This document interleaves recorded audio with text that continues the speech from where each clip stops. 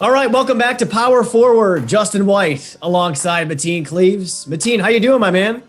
Justin, I am flying high. Life is all good, my friend. Well, I am really hyped up for this episode today, Mateen, because this guest that we're going to have on the show today is one of the most fascinating minds on the subject of leadership that I have come across, and I don't throw that phrase around, lightly. This guy really. His message just resonated with me when I first learned about him and read about him, and then listened to him on another podcast. So we're really fortunate to have him today, Mateen. So get your pen out. Oh, I got it. Make sure you take good notes. Gotcha. All right, we are very pleased to be joined by Rich Sheridan. He is an entrepreneur. He is a leader. He is an author. And he is the co-founder of Menlo Innovations, a software firm which is based in Ann Arbor, Michigan. And yes, since you're all wondering, Rich is a Wolverine. So, Rich, you and Mateen are going to have to find a way to get along.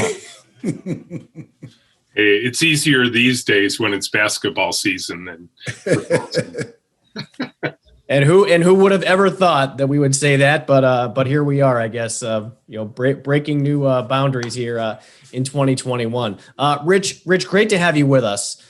For our listeners, I just gave them the short version, I guess, of your resume. But tell them who you are and what it is you do for a living. Well, thanks. Great to be here, Justin, Mateen. Wonderful to be with you both. I am the CEO and co-founder and chief storyteller, as we like to say. It actually says that on my business card at Menlo Innovations. And we are a custom software design and development firm in downtown Ann Arbor, Michigan. What that means is we build software on behalf of other businesses. The thing that probably makes us interesting and would have you want to have me on as a guest on your show is that we have created a culture very intentionally focused on what we like to refer to as the business value of joy. And joy is central to the leadership theme, to the culture of Menlo, and to the idea of who do we serve and what would delight look like for them. So let me jump in on that. So why is that? Why do you guys focus on the culture? What's behind that? For me personally, Mateen, I'm a technologist at heart. The first 20-ish years of my career, I wrote code. I wrote software. And I thought, man, I've landed in the coolest profession ever. It's in high demand. I'm pretty darn good at it. I think it's going to go on forever because there's software and everything. And, the world saw me as doing really well. But the trouble was I saw all this pain, all this suffering. I saw budgets being missed and deadlines being blown and, poor quality software going out the door. And I'll admit, at first I thought maybe I'm really not as good as I thought I was. Maybe there's some extra technical skills I need or some extra tools to get things right. But ultimately, I discovered what many others have discovered in their own industries. This is not about technology. This is about how do we organize the humans better? And there's no more powerful force than to be intentional about your culture. Every organization, every team has a culture. Most actually aren't intentional about it. They don't think about it. They don't actually define what it is. They don't set expectations for those around them. And I'm guessing in, both of your walks in life, you've seen lots of examples where a strong culture, well-defined, setting good expectations for people and holding them accountable to those expectations produces phenomenal results, life-changing results. And that's why culture is so important. I think it's fascinating, Rich, because, and it says it right over your shoulder there, choose joy. And, both of your books have that word in it. You've got Joy, Inc., and then Chief Joy Officer. A lot of people, I think, when they think about work and they think about their job, joy is probably not one of the first few words that comes to mind. So to me, there's a very interesting concept there that you have tied your entire culture around this notion that we can have joy in the workplace? Let's think about our kids. If they're getting on in their high school years and they're thinking about going to college and launching a career, what does we as parents hope for them? What do we really want our kids to have out of their work life? There's no question that if they could have anything close to what we describe as joy, we would want that for them. And the only reason I bring up our kids is sometimes we're too old to remember those youthful dreams we all had.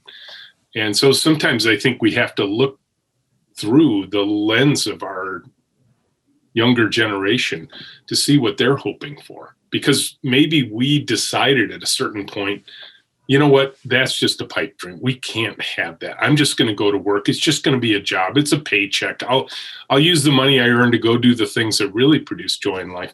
But that disconnect is what leads to the most depressing statistics in industry, right? The disengagement statistics of our teams. The people are like, the people who are counting the days to retirement. I'm sure you've met some of those where they've got little plaques in their office, like, 7 years, 235 days, and 6 hours till retirement.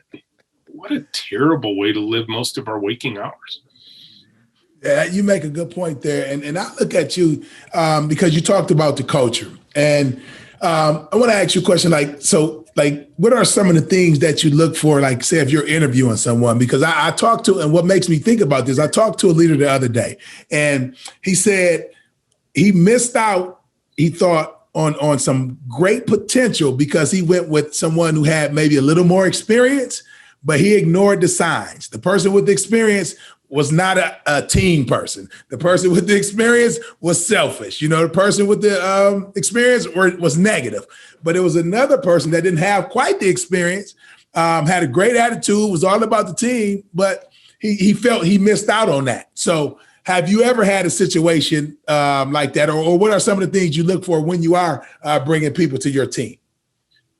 Yeah, and I've had two different lives here, sort of almost exactly bifurcated now, 20 years of running Menlo, 20 years of doing things kind of the traditional way.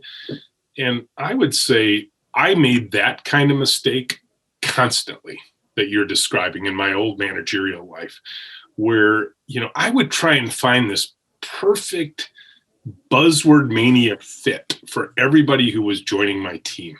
They better line up on Oracle 9.1.1.3 Service Pack 2 because I need you to hit the ground running. I want you to be productive on day one.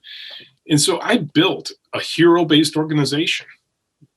I was probably the number one hero, and in the trouble with hero-based organizations is, there's no room for growth there.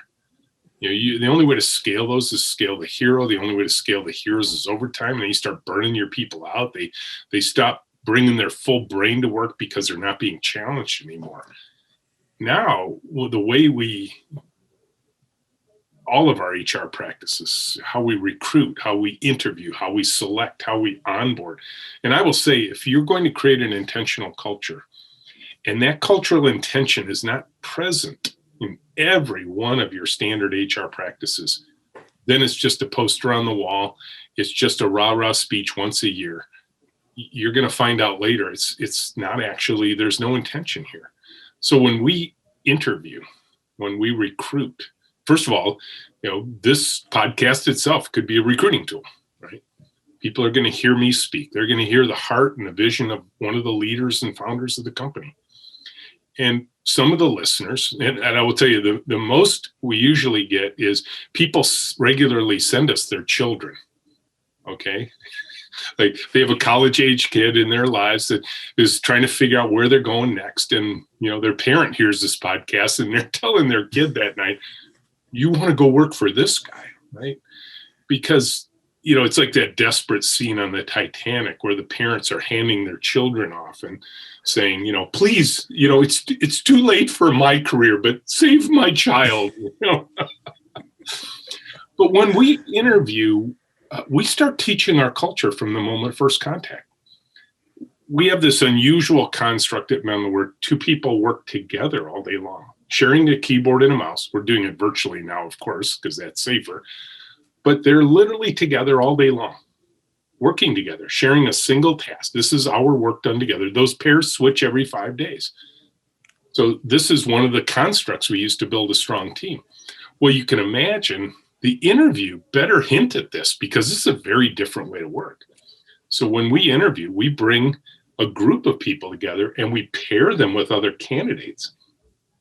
And we switch those pairs 3 times, 20 minutes each, to see how they behave with other human beings. And then we give them the weirdest instructions ever. You know, Mateen and Justin, if we were interviewing you, let's say you came in, you were sitting together, we would say, Mateen, your job is to try and get Justin a second interview. Make your partner look good. By the way, he's competing for the same position you are. Help the person sitting next to you succeed. Ooh, I like that. Wow. This is good kindergarten skills. Do you play well with others? Do you share things you know? Are you willing to support another human being? Well, this is the way we expect you to work. Why wouldn't we interview this way? Why wouldn't we begin teaching your culture from the moment of first contact?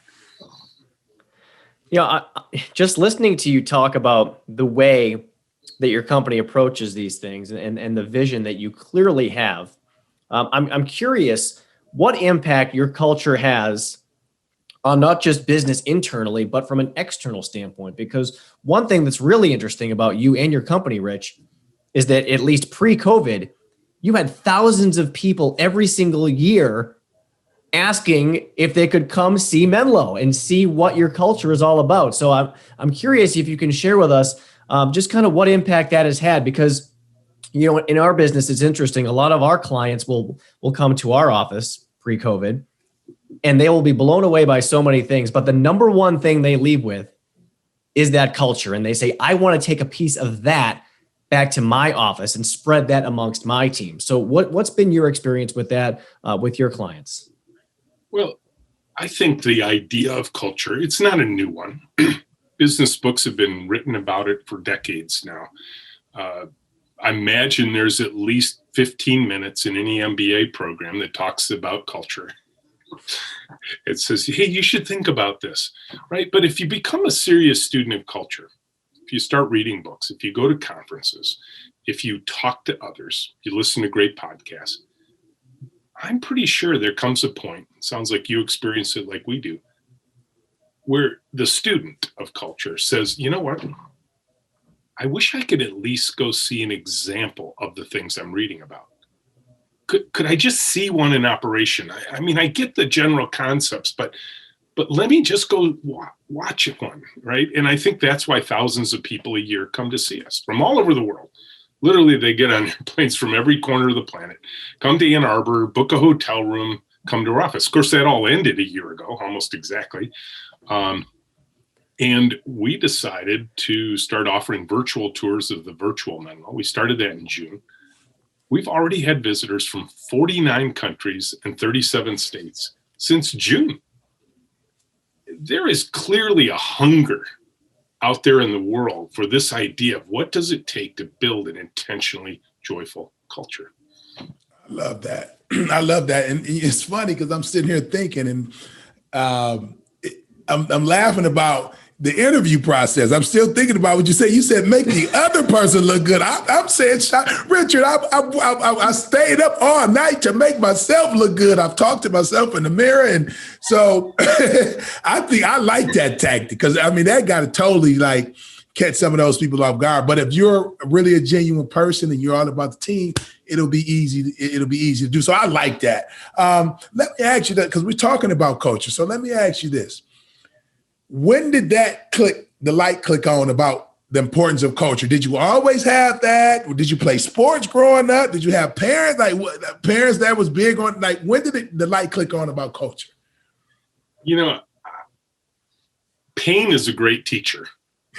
And I had at least a dozen years of abject pain in my career where I just thought the results could be way better than what I was personally experiencing.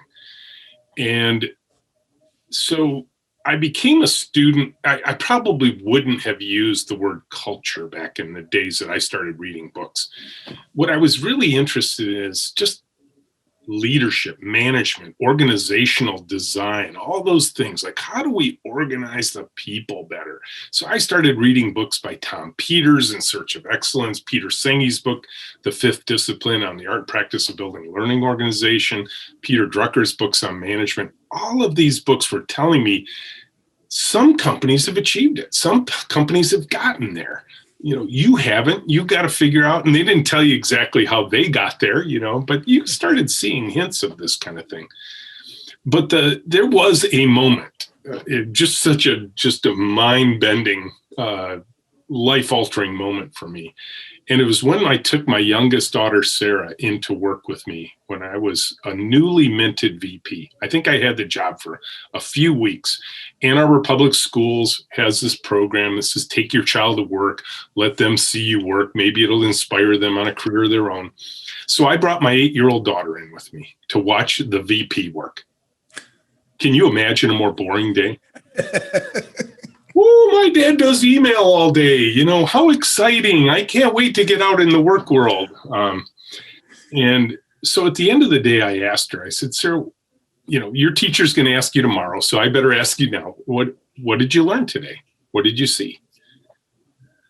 Now, she has spent the entire day at my task table with coloring books, crayons, and stickers, right? So my assumption was, that was interesting. Nothing, I don't know. No. She delivered a line that I will never forget. She said, what I learned, Dad, is you're really important here. I'm like, what? She goes, yeah, what I saw is nobody here can make a decision without asking you first. I mean, talk about out of the mouths of babes, right? I mean, here she is, 8 years old, and she has just stripped me clean. Right? Now, she was very proud by saying that. I was instantly mortified. I had built that hero-based structure, and I was the number one hero. And quite frankly, knowing that meant overtime for me, because I'm only going to, as this organization grows, which was the expectation, I'm going to get busier. I'm going to be working more overtime. And I'm looking across the table at this 8-year-old thinking to myself, if you're not careful, you're going to miss the best part of being a dad. And I didn't want that. And so that moment, even though I'm not sure right then, I knew exactly what I was looking for. What I knew was the change had to begin here. I needed to become a different kind of leader. None of the rest of that was going to change before I changed.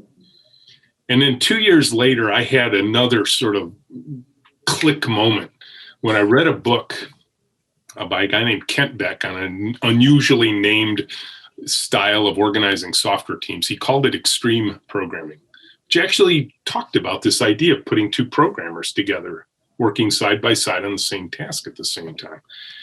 And that book, combined with a video I saw from Ted Koppel's Nightline on a company out in California called IDEO, and it literally gave me the clearest picture I'd ever had in my life about what a new culture could look like. And that was 1999, and I've never looked back since. And I would just simply say, part of this journey for me has been very, very selfish. I wanted a company, I wanted an environment that brought me joy too. It just happens that it does it for a lot of other people too, because I don't think you can do it ever by yourself.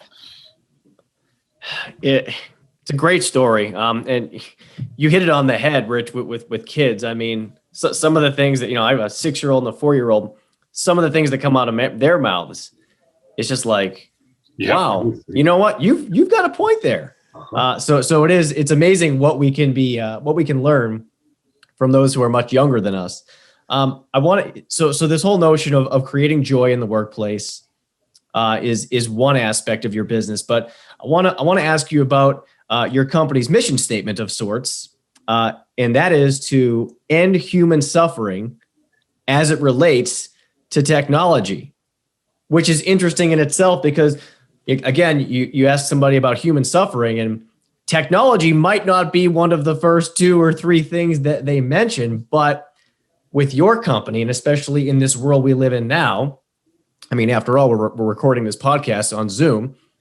Technology is a staple in all of our lives. So tell us about that statement, how it came to be, and how it kind of is amplified throughout what you do every single day. Yeah, a lot of people had asked me way back when I started writing these books, they said, Rich, where does the joy come from for you? And I'll be honest, when I first thought about it, I grew up in Macomb County. I'm a pure Michigan kid. I touched a computer for the first time in 1971 as a freshman in high school. And it was like mind blowing to me. And I knew what I wanted to do the rest of my days. So I think I unwittingly said in the early days, it's about the technological stuff. But when I really pressed, like, why is this so important to me? Why would I talk about ending human suffering in the world as it relates to technology?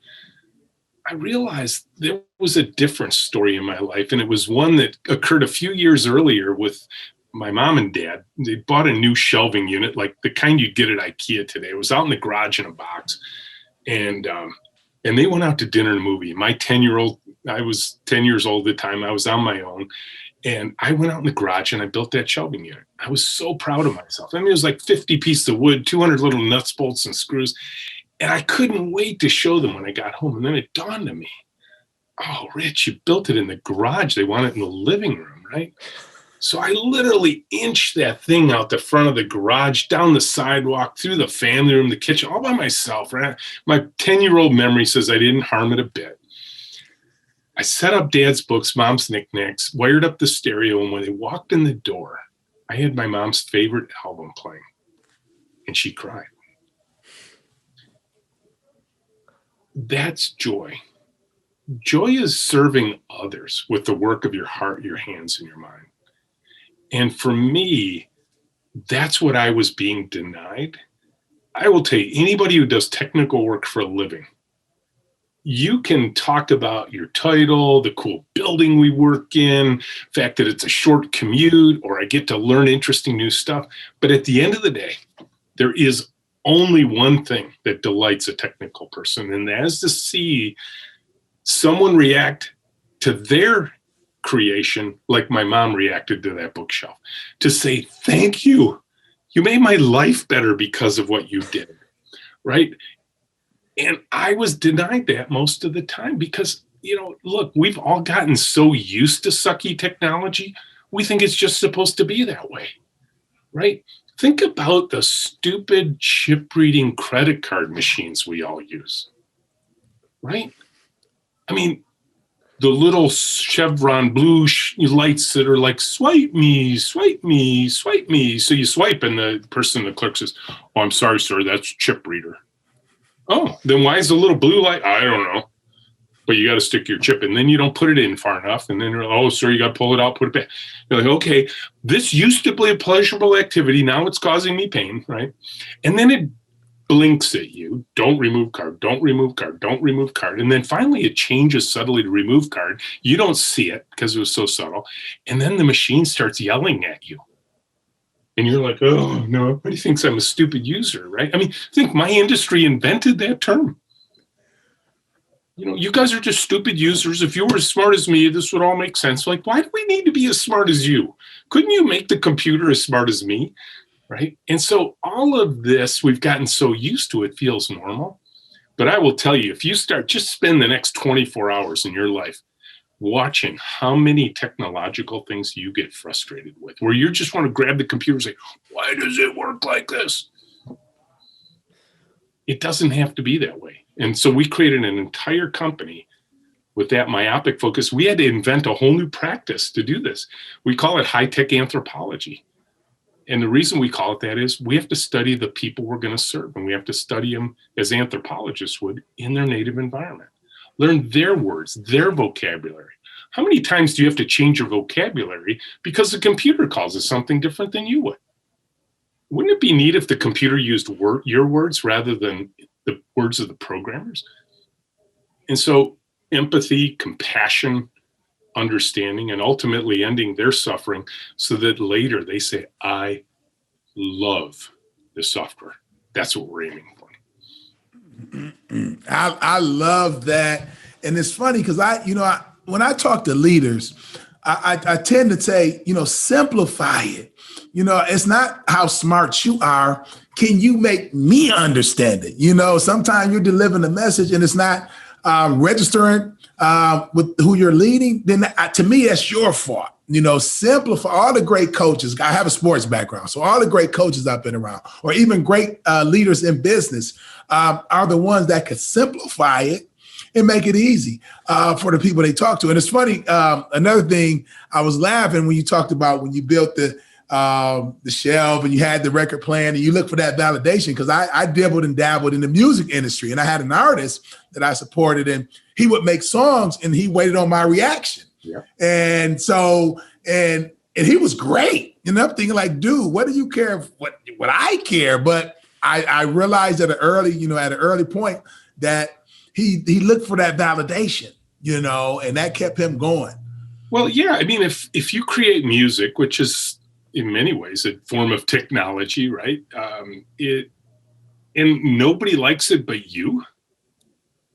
Okay, maybe it's technically sophisticated. Maybe you could explain to somebody who understands music composition why this is a mind-blowing invention.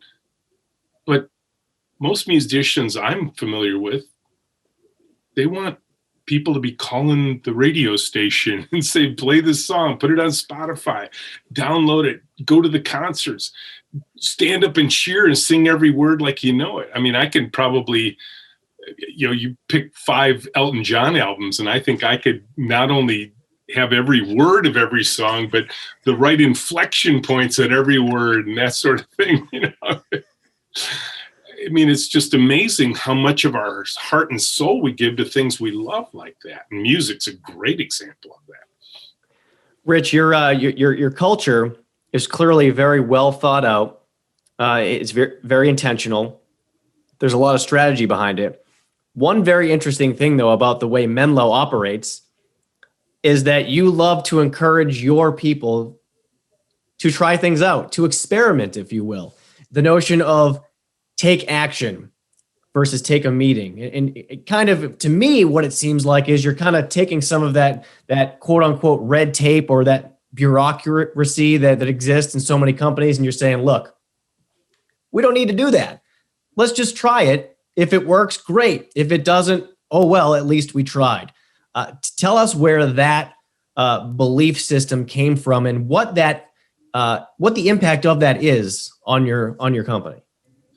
If we started a basic construct, we're human, and we assume based on our humanity, we're going to make mistakes, right? That's just a natural human thing. So we can either make small mistakes that we correct quickly, or we can make really big, slow, expensive mistakes that'll eventually kill us. And typically the big, slow, expensive mistakes occur in a culture of fear.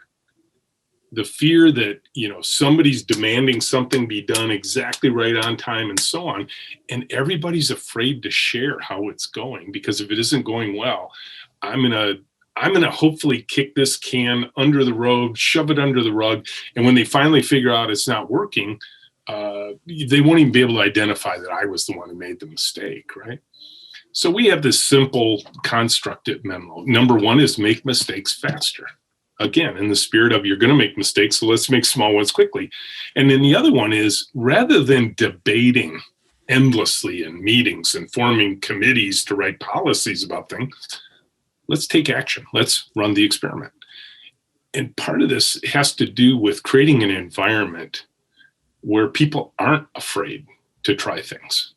If we can, as leaders, if we can pump enough fear out of the room, we keep everybody who works for us in that most human part of our brain, right? That the part that gives us creativity, imagination, innovation, and invention.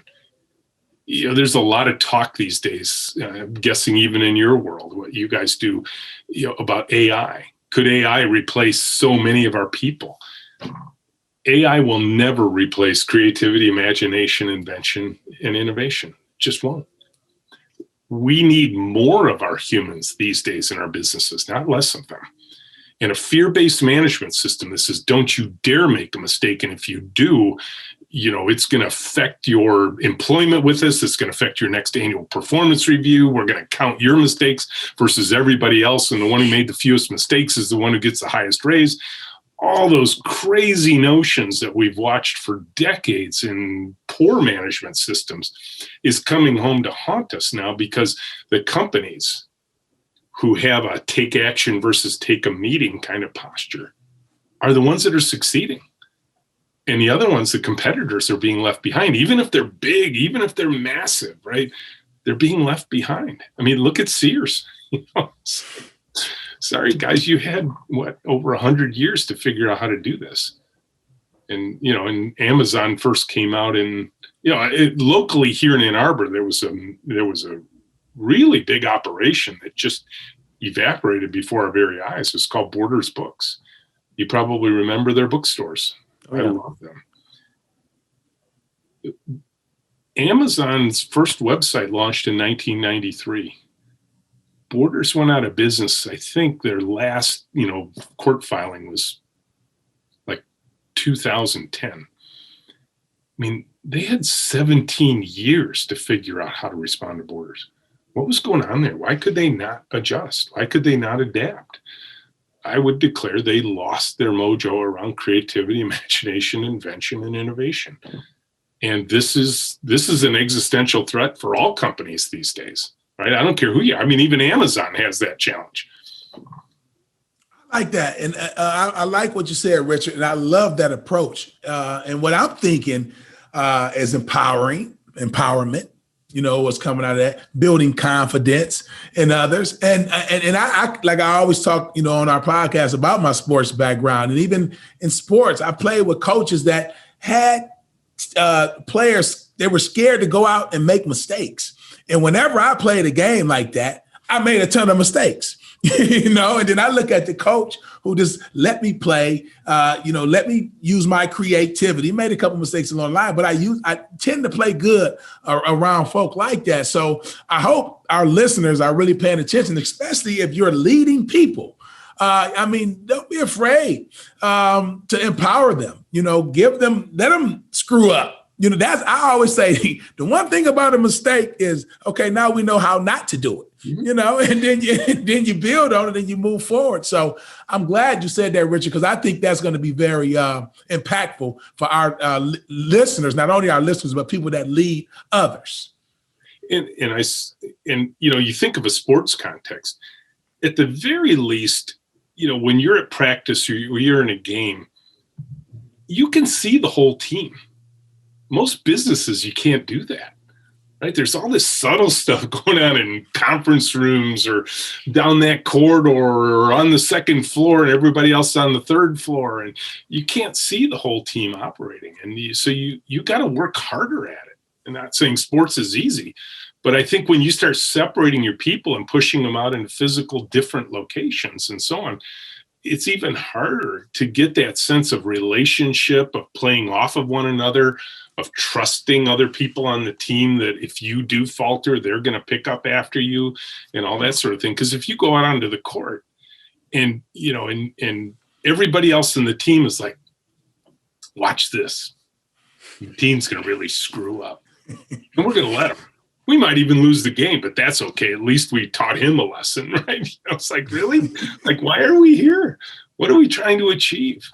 But so many businesses operate like that, especially the ones that force rank their people from top to bottom and then cut the lowest 10% every year. It's like, I don't have to outrun the tiger. I just have to outrun you.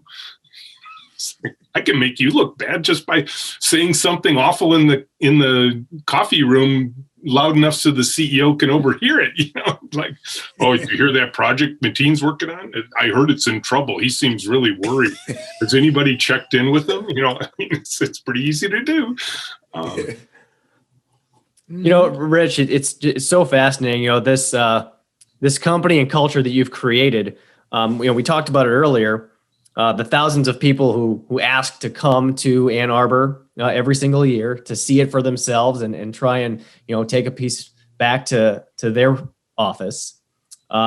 this platform you have now, and even you said, even during COVID, you're giving 2 or 3 presentations a week to people in different states, in different countries. Did you always know this was going to become a part of what it is you're doing? You're running a business, you have a software technology company, you have clients, but you also have this platform now, which is, part of the reason why you're here with us, in which so many people want to learn from you and get advice from you. Did you always know that something like this was a possibility, or has it come as a surprise to you? I'm not sure I would have believed that the longevity could be there. That for 20 years, thousands of people would come every year to see us, and it keeps going up in number. But when we crafted that mission statement back in earliest days to end human suffering in the world as it relates to technology, we knew that was bigger than us. We couldn't do it by ourselves. So we said, we're going to teach others how this works in case they want to carry that joy home with them and start improving the world. And obviously a lot of people who come to visit our technical teams, but nowhere near exclusively. We get a tremendous number of educators who come in and they plead with us. They say, please tell the world this is what school should look like, right? And so we have a wide impact. I will tell you, it brings joy to our team to know we can improve the lives of people at work, just not because of some technical thing we've done, but because how we behave towards one another, how we've crafted our culture, what ideas do we have. And I will tell you, there is a component of this where we learn just from the questions people ask. Sometimes somebody comes and visits and says, hey, have you ever thought about trying this? And they're like, oh, that's interesting. Or the people say, hey, especially when you write a book, it's amazing how many books people send to me now. Rich, I love your ideas. This book has some great additional ideas. And I love that. All of us have to stay in student mode. We got to be learning all the time. This is a natural human thing. If we're not learning, we're dying. And so by creating this environment where we're constantly coming in contact with people from different cultures, different countries, different ideas, different backgrounds, different histories, and they're all, this isn't like a presentation. These tours are very interactive.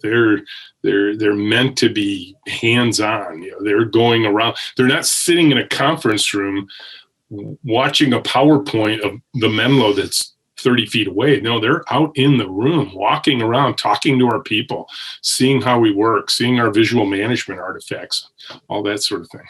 Man, this is some good stuff. And I'm playing devil's advocate right now because I'm sure we have some listeners, someone saying, oh man, Richard, what a great guy. Oh my God, he just helped so many people.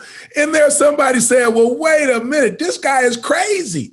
Why would he open the door and let people, in to some of his secrets, So, what would you have to say to that person?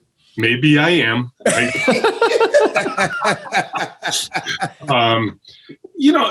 think, number one, if you could come in and learn everything about us in 90 minutes or a couple hours or even 5 days, we're probably not all that interesting anyways. Menlo goes very deep.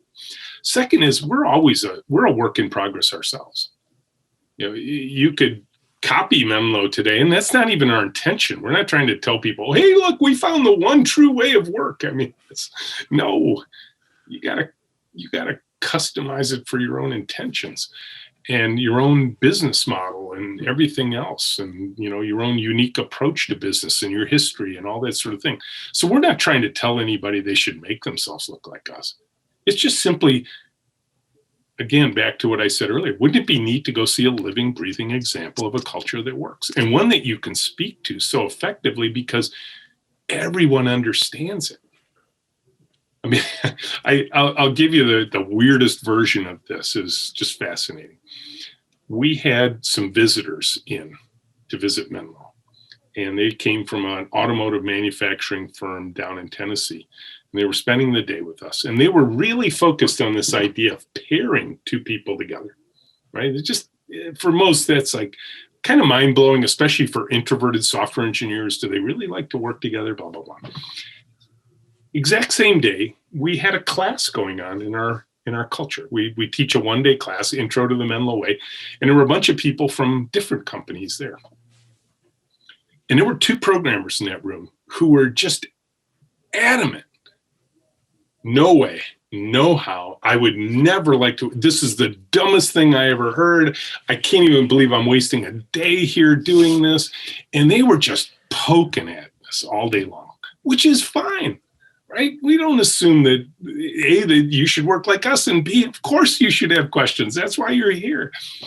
But at a certain point, I asked them, people in the class, or these two guys in particular, I said, would you like to try it? They're like, what do you mean? I said, tell you what, why don't you step out of the class? I'll arrange one of our internal projects, not for a customer work, but something we're working on ourselves. And you just go pair for 2 hours with my team. And now for them, they were like, well, okay, yeah, sure. Why not 2 hours? What's the big deal, right? So unbeknownst to me, this is the way the team orchestrated. For the first hour, two of our people and those two paired to, split the pairs, so one Menlonian and one of these students. And they were working in a technology they'd never touched before. And then my team does the crazy thing. Let's run the experiment, right? And they paired the two people from the class with each other in a technology they'd never worked in before. And they got some stuff done in the lunch hour. This was like between 11 and 1.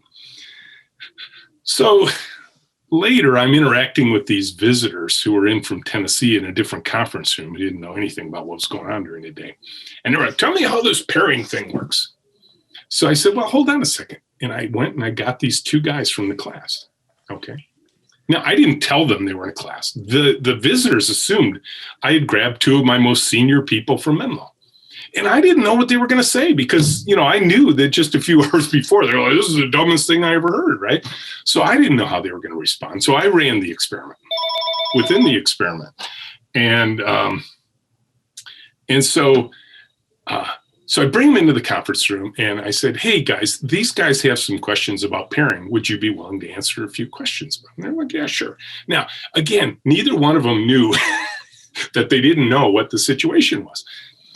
And these guys, well, let me tell you about pairing. I mean, when I first heard about it, I was very skeptical. Then once I got to experience it, it was unbelievable. I mean, I got so much out of the pairing experience. I learned new technology, and they're just like, they're like poster children for pairing, right?